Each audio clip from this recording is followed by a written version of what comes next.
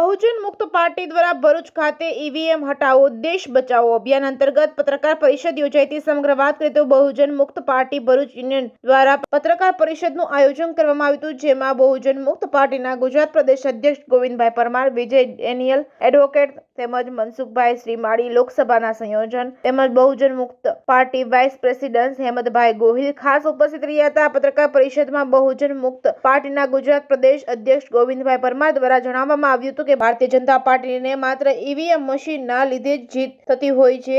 જો દેશમાં EVM machine હટાવી લેવામાં આવે તો બેલેટ પેપરથી ચૂંટણી યોજવામાં આવે તો ભાજપનું નામ નિશાન મીટી જાય તેમ છે।